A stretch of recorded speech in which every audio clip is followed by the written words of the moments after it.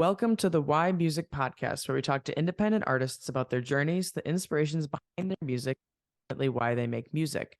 This next artist is a country pop singer-songwriter who's just getting started. Doubling as a visual artist as well, she's constantly creating new works. With an EP on the way, we've only seen the surface of her storytelling. Welcome, Christina. Hey.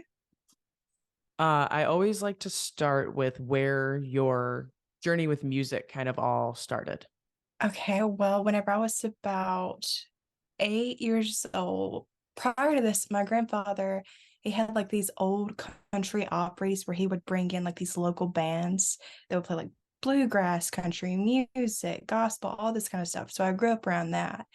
And at about like 8 years old, he took me to my first piano lessons, and I've been hooked ever since.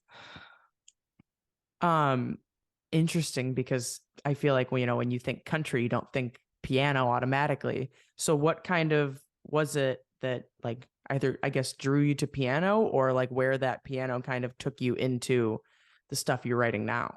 You know, whenever so whenever I was little, I used to go over to my grandfather's because I'm really close with my grandfather due to like all the musical connections and all that great stuff. He had out in his little shed out back where he would play music, he had a piano. And I just remember as a little kid, I would fumble around with it. And so that's kind of like what I was naturally drawn towards. I tried the guitar, he tried to teach me, but the strings were too hard on me as a little kid. And the piano just felt like something that I could like pick up super quickly. So that's just kind of like what I gravitated towards, just naturally, I guess you could say. Eventually, I started playing the guitar, but whenever I first started out, it was much easier on my little hands. When parents put their kids in music lessons, it's usually piano. Um, Mhm. so did you then, I mean, I see a guitar in the background, so I'm assuming you play now. Yes. Okay. Did you just pick it up as like a choice, or was that another, just kind of fumbling around, happened upon it? Or, your little kid hands got big enough to finally be able to take a stab at it? It was pretty much a combination of all that. My dad actually started about around the same time that I started playing the piano. My dad started playing the guitar. And so then I kind of had somebody in the house that was playing music. And so I would just look at my dad and be like, I want to do that. And so he'd be like, okay, well, here's these chords. And he'd show me like the little power chords. So that way my little hands, it wouldn't be too tough. And so I slowly started like going, okay, I want to try this. And then that's how it all developed for that. And it was so much fun. So where was it from, playing piano, playing guitar that it kind of turned into actually writing your own music? Okay, so I remember growing up, I would always love like writing like little mini stories or thinking up little stories as a kid. But it wasn't until maybe about like 17 that I really actually started like writing. And I knew from a much younger age that like I wanted to do music, but I didn't know how that translated into anything because I didn't know anything about songwriters. I didn't know that that was a thing. And so whenever I was like 17, I was going around my community college, getting a tour, and somebody asked me, what did I want to do? And I just blurted out, oh, I want to be a songwriter. And I was like, that came out of nowhere. And they were like, oh, well, this guy here is a songwriter. You should meet him. He's one of our professors. I was like, okay, cool. He was just like a guy that wrote in his spare time, and he showed me some stuff. And he said, okay, well, show me some of the stuff that you write sometime. And so I literally went home like a couple days later and wrote one of my first ever songs, and he really liked it. And so from then that was kind of like my little bit of fuel to like keep writing. And then I grew into like this deep love for it. And it's been crazy. It's been like my avenue to vent about whatever happens in my life. It's the best thing on planet Earth. That seems to be a common denominator. It's a nice outlet. So Mhm. it just kind of essentially, it was almost like, an unofficial homework assignment for you to like have something to show this guy that kind of has led into what you're doing now. Right. I mean, I had written a little bit, like maybe off and on whenever I was like 15, 16, but it was never something that I like consciously made the decision, I'm going to be a songwriter until that moment, because I was like, oh, okay, well, I've got to show something now. I've got to show something for this. I mean, you blurted that out as what you wanted to do. So I think there was definitely some expectation that you had, put some time into that prior. So, Right. I mean, it was just like little bits here and there. I mean, I had like maybe about like 4 or 5 songs. It was nothing major, but it was just something that I enjoyed doing every now and then. But from then on out, like I was like, I'm glad I did that because it really developed into something that, yeah, it's developed into something. so when was it in that kind of time frame that you went from, doing this in that manner to really being like, not just do I want to write music, but I want to put it out and have my name be attached to it. Like, not like you can be a songwriter and never have your face see the light of day. But what made you decide that being an artist was ultimately what you wanted to commit to doing? So for the longest time, I didn't think that I could be an artist. I didn't think that that was something that people would care about, in essence. Like, I didn't think that I looked like one or I acted like one because, I mean, yes, I do my music and stuff like that, but I'm pretty normal. Like, I love Starbucks. I love cozy things. I love cozy blankets. Like, I'm normal whenever it comes to a lot of different things. I was like, why would people be interested in like my voice? Because I didn't think I had that great of a voice at the time either. Like, I just didn't think that that worked. And it was really the university that I went to where it just like pushed me, and I was like, you know what? Let's just try it. Let's give it a go. And I kind of liked it a little bit. So I was like, okay, and I got good feedback. And so I'm very much of like the type of person that's like, okay, if I'm going to do something, I want to be sure that it's a good step. And so I like a lot of feedback from people to see, like, to just gauge. And then I got like decent feedback, and I was like, okay, well, maybe I'm not bad at being an artist. Maybe I can kind of do this. And so it was just like constant, like little baby steps. It wasn't like one massive giant leap. It was just like little tiny little bits of my self-confidence that just made me go, okay, I think I can do this. Bold move to go for a lot of feedback because, that could be, in the world of creativity and the world of like the entertainment industry specifically, like you're going to get more negative feedback most times than you're going to get good ones. So good for you for being able to stick the leg out on that one. It can be brutal. I mean, so the way that my dad, very much, I credit him with a lot of this because whenever I was younger, I was starting to paint and dabble in painting. And my dad was a graphic designer. And so he would very much like point out, like in my drawings from a very early age, how to make it better and what I could do to make it better. And so I kind of got like a tough skin for that very quickly in my own home. Like, I would get mad at my dad. I would be like, why are you doing this? I like my stuff. I don't want to do anything to my stuff. And I would just like, whenever I was younger, I would, like a much younger kid, I would throw tantrums. Whenever I would get older, I'd get more moody about it. But as now I'm starting to respect it a little bit more and be like, okay, thank you. This has kind of helped me a lot as I've gotten older. It's the tough love that, Mhm. sometimes we hate in the moment, but may or may not be appreciated after the fact. But that's that's funny. At least you knew it came from a place of he knows what he's talking about, and it wasn't just like, your dad's like in just like some random business and telling you how to do art, you know? Right. Like Because then growing up, it's like, screw that. yeah. Growing up, I had a lot of respect for my dad because he has like his own graphic design business. He's had it for like 30 years. Hmm. And so he's very much dealt with all the businessy artist side of stuff. And he didn't deal with anything painting necessarily like what I did, but he knew all of the different art principles and he could kind of like guide me in like the little beginning stages of it. And it's something that really helps me out whenever I was starting out because I'm very much like a do it myself kind of girl. So it was good to kind of have like an in-house mentor, you know. 100%. I mean, feedback is good in that way. It's one of those things that it's like, if it's going to, whether you asked for it or not, and you might hate it if you don't ask for it and you get it, but again, it's one of those things that you can look back and appreciate just at least a little bit, you know, because it got you somewhere.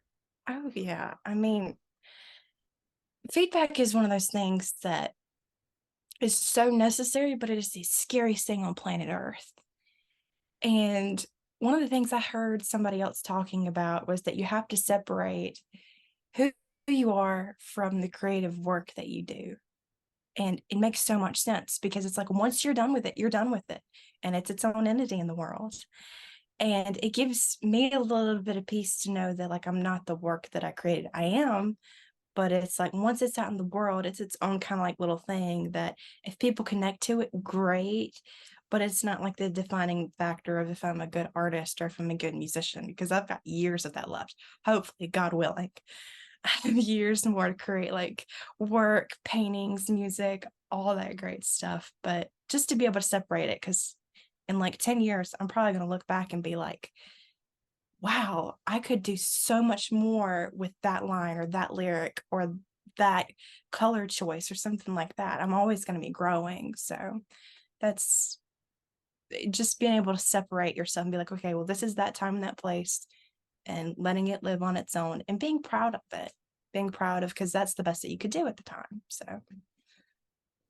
To be about that because you can attach yourself to it as much as you want, but then if it's like, then you're going to view it as, oh, people don't like this or this didn't perform very well, so that means that if you're attached to it at that much, it's going to appear to you like I'm not good at what I'm doing. And yes. the other problem with creativity is there's the one downside to like continuing to grow as you look back at your previous works and are like, there's like 10 different things I could change about this to make it better. And Mhm. it's hard to look at, but then you got to think about it in the way of, okay, I know that because I'm better at it now. So Yes. Yes. That uh is some, yeah. Yeah. I could go, 100%. that's a topic that I could like just get so theoretical on because it's so important to me and it's something that I really struggled with. Hmm. Especially whenever I started first out as an artist, because it just is so scary and everything. And so, yeah, yeah, I completely 100% can go off on that topic. What do you think most often inspires your songwriting? Oh, I think, hmm, I think it's a lot of, again, I'm normal. So I think it's a lot of what I'm going through at the time and finding a way to express it. Like if I'm going through like a bad breakup, or if I'm having like a good moment in my relationship, or if like I'm doing really crappy in school and I've got to get it out, or if I need to write a pump up song for myself in the moment, like, okay, I feel like crap right now, but I need to write something that's going to make me feel better about myself. Something that's just like the human experience, I guess. Just because we're all human, we all have really crappy moments. And I like taking those moments and finding a way to write about them. Like I said earlier, it seems to be a very common theme that just general life things are very easy to write about. Because that, like you said earlier, it's very much just a form of self-expression and a way to just kind of get out whatever it is that needs to get out. So that makes a lot of sense. Is there something within the, huge category of just general life things that you enjoy writing about the most? Ooh, um, I love writing. I love writing a good breakup or love song, of course. I love doing that kind of stuff. But what I really love is imagery in a song. And that's something that like I love to play around with a lot. Not really so much in the music that I'm about to release, but in like the next, like hopefully album that I'm gonna put out soon. I want to like delve into like a lot of imagery and because again, this I guess like the visual artist in me coming out. I love just being able to describe a scene and describe a room.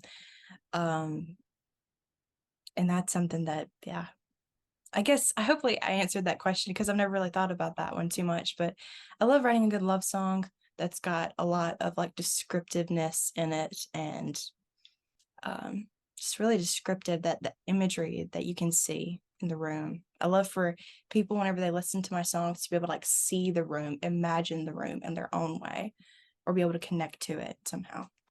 No, that 100% answers the question. I because I appreciate that as a thing because love songs are constantly being written.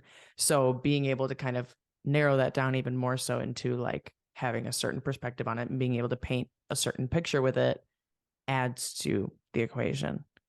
Oh, yeah. It's like love songs. It's it's one of those things that's always going to be a classic. It's never going to go out of style. It's always going to be a thing. People are always going to fall in love, and they're always going to want to find that song that connects with them. And I don't know. I think it's so cool that you can write a love song and people can be like, oh my gosh, me and my husband or me and my wife, we really relate to this, or me and my boyfriend, me and my girlfriend. Like I've been told that a couple of different times about a couple of the songs that I've written. And to me, that's like the greatest feeling in the world as an artist, as a songwriter, is whenever somebody connects to that kind of stuff that you write or that you create in that way. Oh, that's one of the reasons why I love creating, because in a way it's like helping people feel and process those emotions, and in a way it's almost like you're kind of like a therapist for them. And I love that kind of like thought process and the way that that helps somebody. I love the fact that whenever you create, you help people in your own way. So It has its impact for a reason. Sorry, that like cut out on me for a second. Um, if you had to create a new genre around your style of music, what would you call it? aside from like the typical labels of like You country gotta pop, gotta or create that. your own little category of one. What is the like a little Oh, genre that you'd be the like one artist underneath? Like what would you call your own sort of genre? oh gosh. What would I ooh, that's I don't know. Gosh, I'm really not sure. I don't know. When you listen to my music, what would you think? I'm just curious because I'm Ah, stumped by that question. I've never thought of that. I can't answer the question for you. Like, well, Um, essentially, like if you were to describe it in a way of essentially like a genre, like not even specific to like the like what we know to be genres, like your country, your pop, your rock, like those kinds of things, but like what kind of I've had a lot of people throw like a spin on it, like if like it was like some like in your case, something country or something country pop, where you just kind of add like an extra descriptor that narrows it more specifically down to your style. like, Could be anything. There's no I would wrong say like answer. I would say like a young, mature country pop. And the reason why I say that is because I feel like an old soul, and like a lot, and I know that sounds like really cheesy whenever you say old soul, because you see a lot of people say that, but like in an effect, like that's kind of like the way I like to write, is almost like I'm a 50-year-old sometimes, especially whenever I write like a meaningful love song or anything like that. I kind of like to take that perspective. And I know that I'm drawn to a lot of people that are kind of like in that same kind of like lane. And I feel like in a way, maybe not so like my breakup songs, because my breakup songs are kind of like more like poppy, very much like Taylor Swifty. But whenever I tend to write like my love songs, they tend to be like more mature, and like the not like we're out here like throwing gang signs or something like that, or it's like some type of sex nudity kind of like thing, but like the maturity, like the old age kind of like maturity in there. And that's kind of like what I love to write in my love songs. So maybe that, like a young old mature, I don't I'm having such a hard time like finding like the right thing. Whenever I get off this call, I'll be like, oh, that's what I would say. That's what I would have answered with that question. But for right now, that's my mess of an answer. I would almost just go old soul country pop or something like that. Yeah. Throw the maturity part out of there because that usually does suggest other ideas. Yeah.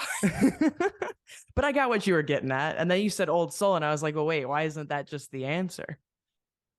I don't know, because I feel like it's thrown around so much. Like you see somebody whenever they go to a not hating on anybody that does this because I'll do it sometimes, but like they'll go and they'll find like an old Levi shirt from like the 1980s and they'll put it on there and they'll like tag old soul or something like that, just for like the clothes or something like that.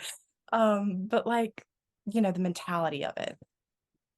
No, 100%. You're just using it in a way that like, is descriptive and makes sense rather than like people just trying to be Showy. like vintage, Right, right, another right, word that's thrown out a lot. So, right. is there a song that you've written and released that you think best embodies who you are as an artist? Kind of in the case of you have one song opportunity to show someone, convince them to be your next fan, convince them to listen to your stuff, convince them just to remember your name beyond that moment. What song do you show them to try and essentially sell yourself to them as an artist?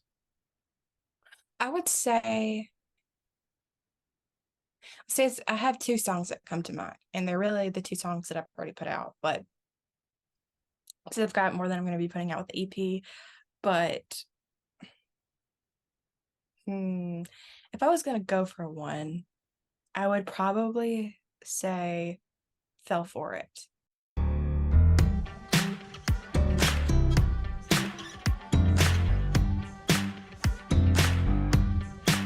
You brought me flowers on the daily.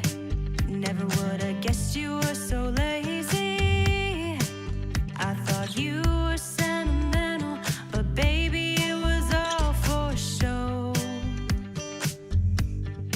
Said you were planning for the future. Gonna put a diamond on my finger. I was only 17, boy, how was I supposed to know? I can't believe I fell for it. I broke out of my shell for you. I was under your spell and fooling myself. I can't believe I fell for it.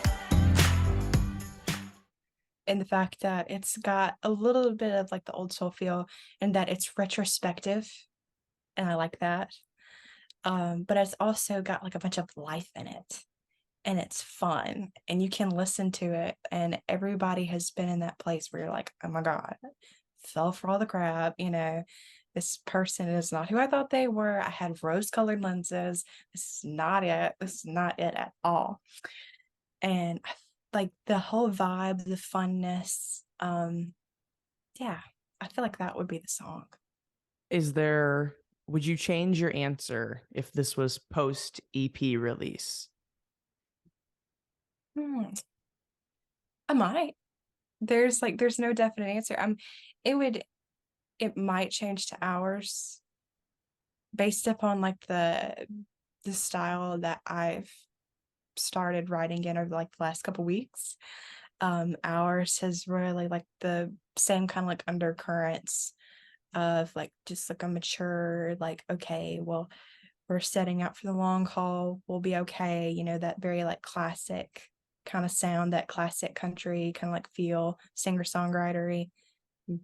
Maybe it might change to that, but I don't know. I see more so sounds of Fell For It and like the theme of Fell For It being like overall like what I can see my music staying around. So you think not only is it an accurate depiction of where you're at currently and what you've done so far, but it also seems to be an accurate forecast of what's ahead. Oh yeah. What I love about Fell For It is it's just lively. And I feel like I do that with my art as well. I want something that makes somebody feel alive. That's like the whole goal of like music, right? Is to do something that connects and makes people feel alive. And I feel like that song really does it, especially whenever I was going through what I was talking about in that song at the time. It made me feel that way. And so I feel like, I don't know, I feel like that's just such a good song. It still It's so near and dear to my heart. I love it. That's always a good, then you're not looking at it like, oh, I could do these like 6 different things differently. That's good. You still like it. Mm-hmm. As of right now, like everything is always subject to change, Oh, but 100%. 100%. Every project you put out at some point in time, each one of those songs is going to be your favorite. Mhm. It's always shifting. That's what like I have to admire Taylor Swift for. Of course, she's re-recording her stuff, but I have to admire her for that because she's going back through like all of her old stuff, not changing anything. Like maybe like 1 or 2 songs she changed the lyric to, but like the restraint that you have to have as an artist to go back and not do anything differently, not even like the way that you sing it. Mhm. Like I gotta give her props to that because uh, that's some restraint. Yeah, it's 100% a hard thing to do. I had an album that I originally had put out in 2020. The production on it was just brutally not good. And so it doesn't exist anymore, like on streaming or anything. I've been thinking about redoing it. I definitely would change a lot of things. I don't think I could keep it 100% the same. I could keep the lyrics mostly the same, but then the rest of have to change it up to keep it interesting. But it's been over 3 years. So, and to think that she's redoing stuff from 10 years ago and not doing anything with it. We can't all have that kind of restraint. So I agree. I'm in the same boat with you. I am in the same boat with you. I don't think I could have that kind of restraint. no, I mean, then it's just you might have to just bite the bullet and not do it. But I don't know. Maybe past you would appreciate the present you doing it better than they could. Think about it that way. Maybe they'd like to Mm-hmm. see it better than they made it, or at least Oh that's what yeah, we'll tell ourselves to make it okay. that's right. That's So, right. if you had to pick 2 or 3 artists that you think your music is like a combination of, who would you choose? Ooh, I would say Chris Stapleton, Taylor Swift, um, Carole King. I would say that those would be 3 pretty good combinations. What specific parts of each of them as like artists do you think like make you choose them as your options? Like what different pieces from each of them do you think pulls into what you create? Sure. Well, I love that all 3 of them are fabulous songwriters. For Carole King, it's just her descriptiveness and just how homey her music feels. And it's like I can listen to that at any point in my life and be like, I can relate to this. Like it doesn't matter how old you get, you can listen to that and just be in awe of the beauty of her writing. And then with Taylor, I love from an artist standpoint as well that she's very fluid. If she wants to go explore something, she's going to go explore it. If she wants to do country one album, pop the next, alternative, whatever, she's going to go do it. And I think that that's super cool. And I love that. But everything still sounds like her. It's not like she's going off the deep end and sounding like a completely different artist. Like she's keeping her originality in there, but trying all different things. And I love that. Because that's something that I would want to explore as well, like outside of country pop, maybe one day, not right now, but maybe one day, trying different things. And I love about Chris Stapleton, like his voice is just amazing. Like the dude is just like, there's nobody like him vocally. And I love that grit and that raspiness. But I love really the country sound that he has, where it's so soulful and it's just like you can tell that it comes from the depths of him. You know what I'm saying? Like Mm-hmm. it's just in there and it is as authentic as it gets, and he's just like bellowing it out. And yeah, I mean Chris Stapleton is just a powerhouse. That's a lot of what Ours was based off of, was the instrumentation that I loved from his music. And I was like, you know what? This is exactly the whole kind of like style. He was a big inspiration, like his style was for that song. I think that all adds up, and you could also even throw in like, Carole King's not like current in the like, so old soul. Yes. There it goes. There it goes again. No, that definitely kind of all tracks. It's right. They're all right around that either current country or have been country once before ish borderline. And with just enough not full country to add up to country pop. So, Right. yeah. What do you think, or what is an outside passion of yours that you think impacts who you are as an artist? Can I say painting? Yeah, that's where I thought this was gonna go. I would definitely say painting. 100%. It's like my fire and ice in a sense. It's what I don't express verbally is what I express there, or like what I want to feel. I feel like whenever I create something like a painting, it's what I want to feel versus what I feel. Like I'll put that like what I feel in my music, but what I want to feel, I feel like I do that in my paintings, if that makes any sense. Interesting. I was just going to ask, how do you like when you're experiencing something, how do you decide whether it's music or whether it's a painting? But I think that I guess you kind of answered the question before I had the chance to ask. Well, sometimes like with my EP, it's like I have the art and the music where I can combine it. Like there's sometimes where it's just like it all needs to get documented in every single form. Like whatever I'm thinking or feeling or whatever, it's like it has to go down in both ways. And so that was a cool part of this EP that I was like, okay, I know this is my first one and I'm an overachiever. So I want to try to do both of these things and meld them together. So, given that you kind of did this with the EP, I can then ask, have you ever noticed when you're like creating music as well as like a painting about the same thing, have you ever noticed that they like sometimes maybe don't align completely? Like, they visually doesn't represent the same thing as maybe what the song does, or is it often that they do kind of seem to be on the same page? Oh yeah. Well, sometimes whenever I'm creating, like they'll line up and I don't even see it at the time because you're an artist, you don't know what you're expressing sometimes until you look back in retrospect. Facts. Okay, I was writing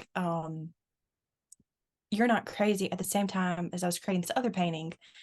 And this painting looks like a cow on acid. Okay. It's like the little cat looks like he's on a little acid trip over here. I mean, he's so colorful, he's so much fun.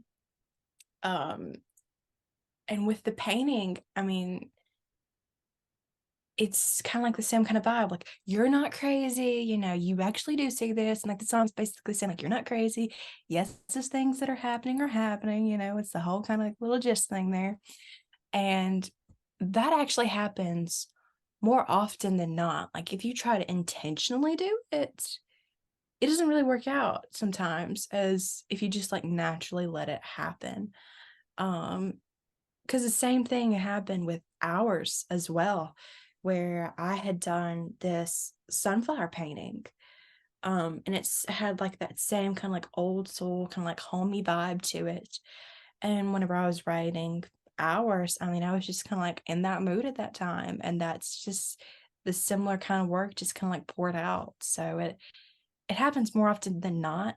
It just comes out naturally. And you look at things in retrospect and you go, oh, that's what I was doing.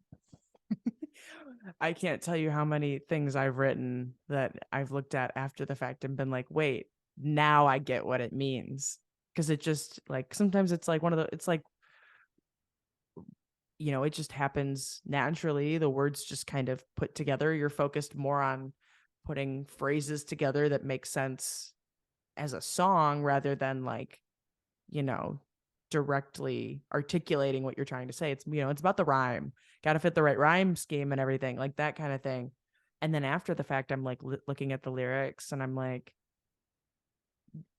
there was something here that I didn't know was here before, and now I understand what the hell I was writing. It's all a matter of time to really figure it out. But that's the tricky part, is you get your best stuff when it happens naturally and is less like, you know, um calculated and intentional with, oh, I'm going to write this story in this way and do these things and whatnot. Like, the more you kind of give yourself a little bit of freedom to just kind of roam about within it, the better it'll Yes. turn out. But then the downside of that is if you're just waiting around for it to happen, you might be there for a while. It's the downside. Yeah. So you just got to kind of find the in between, if there is one. My thing has always been like to just keep creating and let that be, or how it happened naturally. Because sometimes I will do a painting that looks awful and it will never see the light of day. But I'm at least doing it, Mm-hmm. And the same thing goes for like a song. I mean, I could write the worst song, but I need to get it out that day. And then those same things, I'm going to keep it in my head, and it's going to help me write this next song that I might actually put out.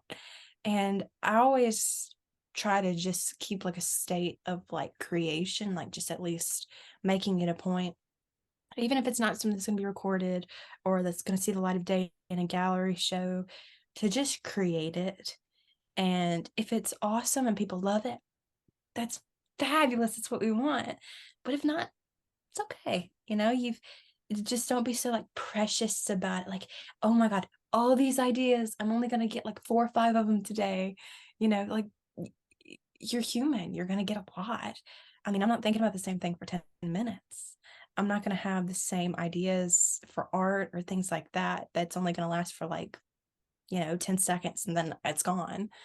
I feel like just be open to it. Like, it's very like ethereal mindset, I guess. I don't know, but just be open and just constantly create, and you're gonna create good work. And at the very least, you'll be able to exercise your muscles. So that way, even on an off day where you're not getting that inspiration, you can still create something that's, you know, it's not terrible. No, I 100% agree, in the sense of like, you have to create bad to be able to create the good. Not everything 100%. not even the Taylor Swifts and the Chris Stapletons of the world will have everything that they write turned into gold. It's just not Mhm. how it works. You know how much nonsense they've probably written to get out the stuff that they've put out? A lot of nonsense. Absolutely a lot of nonsense. Because you can't, and if you're just trying to, like, you won't do it unless it's going to be great. It's not going to be great then. It's just, you have to be willing to fall flat on your face if you want to also be able to finish the marathon. You have to be willing to suck to be good, because that's what it is like, it's what you put into it. And if you're only just trying to achieve this one thing, and that's Mhm. like all it's about, is like just doing it greatly, you're not willing to fail, you're not doing Mhm. it right. It's like you've got to enjoy the journey of it. Because I heard somebody say that it gives me great comfort to know that I'm never going to create my best painting. I'm never going to create my best work. And that's like a thing, because you're always learning. You're always creating. Like Michelangelo, I think I read somewhere, like on his deathbed, he was still talking about like, oh, I could have done this hand differently. I know I could have done it a little bit like this way or that way. Like, you're always going to be, it goes back to that thing where you're always going to be like creating something new. You're always going to be creating something different. You're always going to see like new ways that you could go back and do different things. It's just, gosh, I could get off on creativity.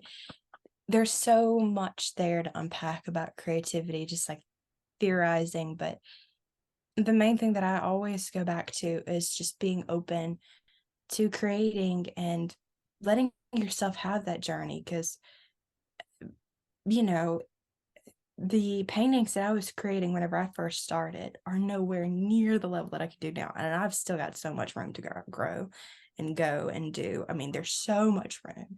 And in 5 years, I'm probably going to say the same thing about my art now. I'm going to be like, oh my gosh, it's just part of it. No, 100%. And like I said earlier, if you can't look back at what you've already done and see things that you could do differently, or see that it's not at the level that you're creating things now, then you're not doing anything to grow. You're not doing anything to benefit yourself as a creative. We have to be able to look back and hate our previous stuff just to be able to really see like a sense of growth. Like if I was at the same level I was at 3 years ago, that album would still exist, because I wouldn't have viewed it any less than what I'm doing now. But it's all about the journey. You're 100% right. What do you think the ideal listening scenario is for someone to consume your music? Like, what would you kind of set as the scene to just play your stuff? In what scene of the movie is your song the soundtrack, or your music the soundtrack? Well, with this, I kind of have to divide like the pop stuff and then like my country, because I see both of them having like different places where you sit at. Like I could see like my country side of my music being the stuff that maybe you would put on at the end of the movie. Like maybe when you're either like sitting back after everything's happened, you're kind of at rest, you're kind of at peace, and you've either got like that coffee mug or you're putting like the record on and you're about to dance with like the romantic love interest or something like that. Or then you've got like my poppier stuff where I could see where somebody's just like, they get to like that climax of where they're angry, they're ticked off, and they are about to get their crap done. Whatever it is they got to do to make their point, to win the movie, whatever it is, like that's where I could see like my pop stuff kind of like being like that kind of anthem, like, that riling up little thing. That, yeah, I could see that being there. Fair enough. And I do think different sort of styles fit better in different positions. So having sort of a duality of it, of this is the pop, this is the country, it checks out. What do you think sets you apart from other independent artists? I would say it would also be like the paintings that I bring to the table. There's a lot of that. I would say that like I have like a little bit of duality and creativity in that aspect. I would say that that's something different that I bring. I would also say like the old soulness, like the more just the old soul kind of like thoughts that I like to put pen to paper on. That because I feel like there's some music out there right now that is so trivial, and you can tell that it's just being written to be put out, and there's like no meaning to it, and when there's no meaning, there's no ability for like humans to be able to connect to it. And it's just like this song that's got like all the technical parts right, but it doesn't have that thing to it because it just doesn't mean anything, Yeah, I mean, I think there's two essentially general types of music, and it's the music for the sound of it and music for the story of it, where there's ones like that you can connect more to, and they sound good too. It's not just about the story. They sound good as songs and as tracks and everything. But then there's also ones that are just kind of created for the sake of being played at a party, or being, for certain sorts of vibes and stuff. But both are art in their own way. Both are creative works in their own way. It's just, some play different roles than others. Yeah, I don't want to make it sound like I'm like, well, this stuff is bad, I don't want to sound like that whatsoever. It's not something that at this moment in time, because I never want to trap myself in a hole and be like, I would never do this, or I would never do that. But like for right now, I don't see that being like, for right now, I don't see that being me. Like I'm much, very much like a thinking kind of person. Like I have very much, what's a good word for it? Like, mm, it'll come back to me later again, like just like the other title thing that you were asking me for earlier. It'll come back to me later and be like, this is how I should have answered this. Like a very like emotionally sensitive person, I would consider myself, because I don't know, it's the singer-songwriter emotional sensitive stereotype coming out there. But I don't know, I just see that being me now, like 10 years down the road. I don't know. We're on this artist journey together, folks. There's no telling what's gonna happen. But right now that's where I am. No, 100, yeah, 100%. And I think, they both, everything serves its purpose. Everything happens for a reason in the sense of why it transpires in the way that it does. So, but yeah, I mean, there's all kinds of music out there, which is a really cool thing in the way that, it all serves its different roles. Um, but yeah. What impact do you ultimately want to have with your music and with your artistry? I want it to be twofold. I want to be able to provide some sort of understanding for somebody, that like, you're not crazy for the emotions that you go through and the experiences that you go through. Because a lot of times I feel like we shut ourselves out from the world. And we look at everybody else and they're carrying themselves so well, or at least we think that they are. But inside we're like, what in the world? I'm going through all these things and everybody else seems to be fine, Why can't I be like everybody else whenever it comes to that? And I want to be somebody as an artist that can go, it is okay for whatever you're going through, and to have like a song that be like, whatever you're going through, you can sit down and be like, okay, it's okay that I'm going through these things, and nobody else is perfect. They've just figured out how to hide it better than you have, you know? And then twofold, I would also want it to, whenever people listen to my stuff, I want them to feel like a sense of joy and happiness, and therefore for them to feel like they've got some sort of life factor there. That's the ultimate goal for my paintings, is both of those things as well. Is for them to feel understood and to feel like they've gotten a little slice of happiness, or felt like a little bit of life come back into themselves whenever they experience anything that I create. Because I feel like those are two things that everybody could use a little bit more of. I know I could use a little bit more of it. No, and I think that's a really like heartfelt kind of thought behind it. It extends beyond just the art in itself. It's the impact that it has, the community it can create, and everything else it'll do along the way.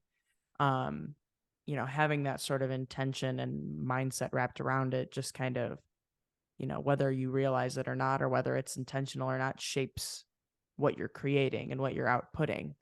So it's always cool to see what kind of intention there is behind the creative projects. Oh yeah. It's just so important to be human. That's whenever it comes out, and just be human and help the person on down the road, because whenever you were in their position, you always wish that you had that. So be that for somebody else. 100%. I think that brings us to the last question, which is ultimately the concept behind the podcast, which is why music? Because music is the binding thing that is a form of self-expression like no other. It connects us all as humans. I mean, we all sing to get out the emotions that we're feeling or express the emotions that we're feeling. If we're feeling sad, what do? We go to music. If we're going through a breakup, we go to music. If we're just like absolutely in love beyond belief, we go to music. If we're struggling with like family stuff or we're wondering what to do, what do? We typically get in our car, we turn on the radio, and we just like absorb and we think and we process. And it's that binding thing that as humans, there's no restrictions on how we help each other. There's no restrictions basically on what's sang, what's talked about. And just, it's the most eloquent, beautiful form of humanity that we can express. Even more so than paintings? I would say It's a real Sophie's choice now.